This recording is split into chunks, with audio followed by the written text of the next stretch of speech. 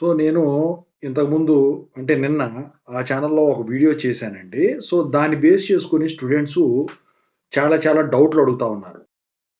ఇంతకీ అది ఏంటి? దాని గురించి చెప్పబోయే ముందు మీకు గనక నాతో మాట్లాడాలంటే కాల్ మీ ఫోర్ ద్వారా కాల్ చేయండి.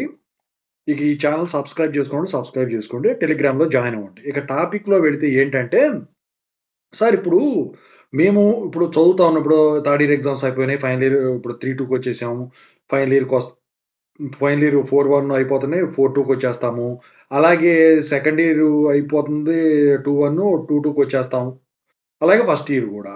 ఇప్పుడు మీరు నిన్న ఒక గుడ్ న్యూస్ అని ఒక వీడియో చేశారు గదా! జేఎన్‌టీయూ యూనివర్సిటీ అప్డేట్స్ ఛానెల్‌లో. సో, దాని ప్రకారం ఇప్పుడు మేము కూడా చదువుతున్నాం గాబట్టి, ఈ జేఎన్‌టీహెచ్ కాలేజెస్‌కి ఏదైతే క్లాస్ వర్క్ అనేది యాస్ పర్ ద కంఫర్ట్ అని జెప్పేసి షెడ్యూల్ జేసుకోవచ్చు అని జెప్పేసి చెప్పారు గదా! మరి మాకు కూడా అలా కుదురుతుందా అని జెప్పేసి అడగటం అయితే జరిగింది. అయితే ఇక్కడ మీరొకటి గమనించాలి. నేను అందుట్లో క్లియర్‌గా ఎక్స్‌ప్లెయిన్ చేశా. ఇంతవరకు ఆ వీడియో చూడని వాళ్ళు చూడండి అందులోకెళ్ళి. ఈ ఛానల్ లింకు ఐకార్డ్‌లో ఇస్తాను. అయితే ఇక్కడేంటంటే మీదొచ్చేసరికి ఏంటంటే రెగ్యులర్ జాయినింగ్ అండి. అయితే కొంతమంది కాలేజీలో పర్మిషన్ తీసుకోరు. ఇప్పుడు బయోమెట్రిక్ లేదు గదా! బీటెక్ వాళ్ళకు, బీఫార్మసీ వాళ్ళకు.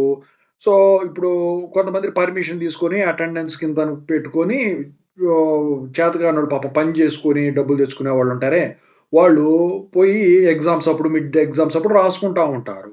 అయినా కూడా అది డిస్టెన్స్ ఎడ్యుకేషన్ కింద రాదు. అది ఫుల్ టైము రెగ్యులర్ కిందే వస్తదండి. ఇప్పుడు నిన్న జెప్పిందేంటి?